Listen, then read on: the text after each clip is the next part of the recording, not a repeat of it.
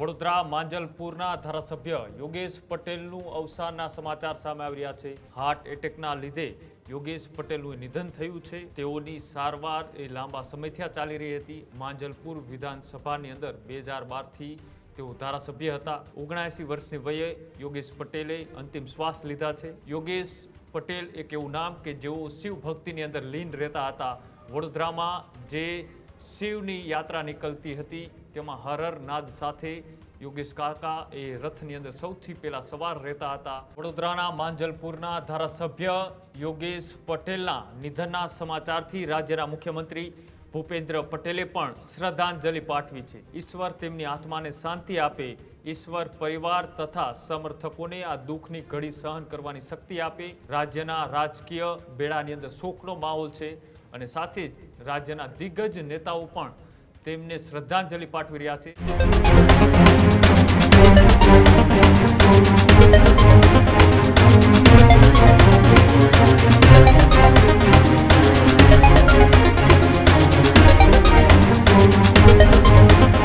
વડોદરા માંજલપુરના ધારાસભ્ય યોગેશ પટેલનું અવસાનના સમાચાર સામે આવી રહ્યા છે। યોગેશ પટેલ હોસ્પિટલમાં સારવાર લઈ રહ્યા હતા। હાર્ટ એટેકના લીધે યોગેશ પટેલનું નિધન થયું છે। વડોદરાની સ્ટર્લિંગ હોસ્પિટલમાં તેઓ સારવાર હેઠળ હતા।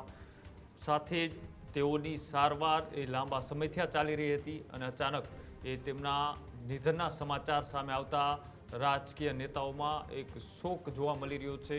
માંજલપુર વિધાનસભાની અંદર 2012થી તેઓ ધારાસભ્ય હતા। સાથે જ 1990થી તેઓ રાજકારણની શરૂઆત કરી। સતત 8 ટર્મ સુધી તેઓ ધારાસભ્ય રહ્યા અને અંતે હવે તેના જે સમાચાર સામે આવ્યા છે આ સમાચારથી પૂરા વડોદરા શહેર અને તેના જિલ્લાના વિસ્તારોની અંદર અત્યારે શોકનો માહોલ છે। સાથે જ આ જે સમાચાર સામે આવતા જ એ વિસ્તારના તમામ રાજકીય નેતાઓ અત્યારે તેમને સાંત્વના પાઠવી રહ્યા છે। 79 વર્ષની વયે યોગેશ પટેલે અંતિમ શ્વાસ લીધા છે। યોગેશ કાકાના નામથી વડોદરા ભાજપના કાર્યકર્તાઓના એક લોકપ્રિય નેતા હતા। સાથે જ જે રીતના તેઓએ રાજકીય સૂઝબૂછથી અનેક એવા નેતાઓને એ ધારાસભ્ય સાંસદ સહિત તેવા એઓએ કામ કર્યા હતા કે તેઓની લોકચાહના તમામ કાર્યકર્તાઓની અંદર જોવા મળી। યોગેશ પટેલ એક એવું નામ કે જેઓ શિવ ભક્તિની અંદર લીન રહેતા હતા। વડોદરામાં જે શિવની યાત્રા નીકળતી હતી તેમાં હરર નાદ સાથે યોગેશ કાકા એ રથની અંદર સૌથી પહેલા સવાર રહેતા હતા અને સાથે જ તેમનું જે આધ્યાત્મિક જીવન હતું તે સૌ લોકો માટે પ્રેરણાદાયક હતું અને તેમની રાજકીય જે સફર રહી આ સફરને એ તમામ નેતાઓ અત્યારે યાદ કરી રહ્યા છે। તેમની જે લાંબી રાજકીય કારકિર્દી રહી 8 ટર્મ સુધી તેઓ ધારાસભ્ય રહ્યા। 2012થી એ માંજલપુર વિધાનસભા જ્યારથી આવી ત્યારથી તેઓ ત્યાંના ધારાસભ્ય રહ્યા અને હંમેશા તેઓ કોઈ પણ ખોટી વાત થતી હોય અથવા તો કોઈ એવા નિર્ણય હોય તેની સામે દમખમથી અવાજ ઉઠાવતા હતા અને સાથે જ તેઓનું જે રાજકીય નોલેજ હતું તેનાથી કેટલાક નેતાઓને તેઓએ મદદ કરી, તેઓને ધારાસભ્ય બનાવવામાં તેઓ સફળ સાબિત થયા। વડોદરાનું એ રાજકારણ કે વડોદરામાં હંમેશા ભારતીય જનતા પાર્ટી સત્તામાં હોવા છતાં પણ યોગેશ પટેલ એ સત્તા સામે પણ અવાજ ઉઠાવતા જોવા મળતા હતા। અનેક વખત યોગેશ પટેલ એ ચર્ચાઓમાં પણ રહેતા હતા અને પોતે જે કરેલા કામો છે તેઓની જે રાજકીય સૂઝબૂછ છે તેના કારણે આસપાસના વિસ્તારોની અંદર એ લોકો ક્યાંક ને ક્યાંક સુરક્ષિત મહેસૂસ કરતા હતા।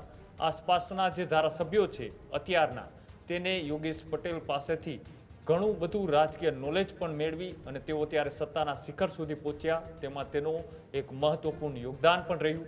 યોગેશ પટેલ એક એવા નેતા કે યોગેશ કાકાના નામથી જાણીતા હતા અને સાથે જ જ્યારથી તેઓએ રાજકારણની શરૂઆત કરી ત્યારથી તેઓ ભારતીય જનતા પાર્ટી સાથે તેમની વિચારધારા સાથે રહ્યા અને લાંબી બીમારી બાદ અંતે તેઓએ અંતિમ શ્વાસ આજે વડોદરાની સ્ટર્લિંગ હોસ્પિટલમાં લીધા છે। આ સમાચારથી રાજકીય નેતાઓની અંદર અત્યારે શોકની લાગણી છે।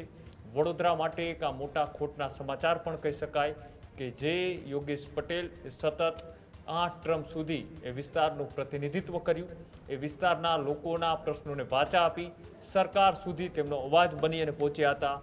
એવા યોગેશ પટેલ આજે વડોદરાની જનતાની વચ્ચે નથી રહ્યા।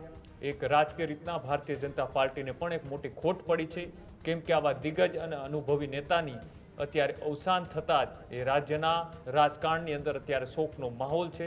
સાથે જે રીતના સમાચાર સામે આવી રહ્યા છે કે વડોદરાની અંદર લાંબી બીમારીથી તેઓ હોસ્પિટલની અંદર એ સારવાર હેઠળ હતા અને સારવાર દરમિયાન તેઓએ અંતિમ શ્વાસ લીધા છે અને તેના જ કારણે આ સમાચાર અત્યારે સામે આવતા જ રાજ્યના તમામ રાજકીય નેતાઓ એ પક્ષપાત ભૂલી અને તેમને એક સાંત્વના પાઠવી રહ્યા છે તેમના પરિવારને અને આ દુઃખની ઘડીમાં ન્યૂઝરૂમ ગુજરાત પણ એ યોગેશ પટેલને શ્રદ્ધાંજલિ પાઠવી રહ્યું છે અને આ સમાચારથી અત્યારે રાજ્યના રાજકારણની અંદર એક શોકમય વાતાવરણ પણ જોવા મળી રહ્યું છે. વડોદરાના માંજલપુરના ધારાસભ્ય યોગેશ પટેલના નિધનના સમાચારથી રાજ્યના મુખ્યમંત્રી ભૂપેન્દ્ર પટેલે પણ શ્રદ્ધાંજલિ પાઠવી છે. સાથે જ રાષ્ટ્ર સેવા અને જનસેવાના કાર્યોમાં તેઓ અવિરત કાર્યરત રહ્યા હતા એવી વાત એ રાજ્યના મુખ્યમંત્રી ભૂપેન્દ્ર પટેલે કરી.